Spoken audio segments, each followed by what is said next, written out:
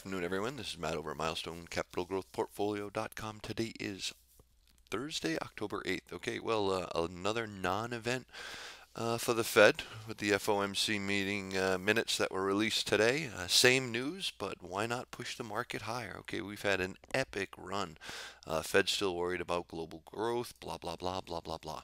But as we were talking about off this bottom here, the potential for this gap fill, middle Bollinger Band break, and then this gap fill to take place, it was a high probability with the maximum extension was going to be the 202.93 in that area. So basically staying within this consolidation box, it has done exactly what it typically does: go from the upper box to lower box, upper box to lower box. We'll see if it goes to the lower box or not. It has to break a trend line first, but we'll have to see where the top is. Could potentially be tomorrow, but basically off these bottom candles right here would be the trend line if we're going to come up and get this this 208 gap.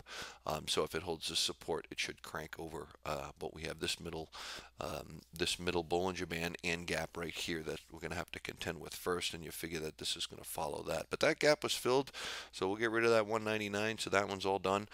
So we have this gap right here. That's going to be this one. We also have a lower gap down here, and we have an upper gap up here. The relative strength index is sitting at about 64, so there's a little bit more room tomorrow to make a little tiny push, and we'll probably get the same situation as this candle here. It's been an epic run to the upside on all bad data. I mean, jobs alone, 143,000, that should have actually crushed the market, but why not, Everything's good in the Fed's world and in the bank's world. So we'll have to see what earnings are going to do. That'll make things more and more interesting. I think Alcoa's reporting tonight. I missed it so far, so I just wanted to get on these videos, so I have no idea how they did or how anything's going. But anyway, you can see the trend line is right here and right here. So it is what it is until it isn't. So we get this upper Bollinger Band tomorrow, and we should be reversing. Okay, let's take a look at the VIX real quick too. The VIX looks really good. Same thing, it did come down and fill this gap here. It also has this little gap here, but I don't think it's going to make it. Relative strength index is pretty bad on the daily.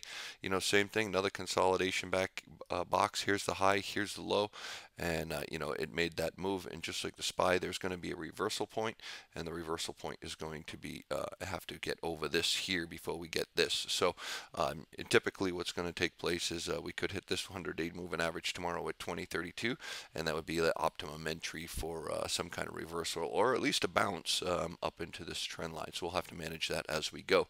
But things look a little toppy now, and was an epic move. They did a great job pushing the market with absolutely no reason, probably other than they have to sell their shares to new bag holders that are coming into the market. All right, members, I get a very detailed plan for PCLN, so make sure we take a look at that today.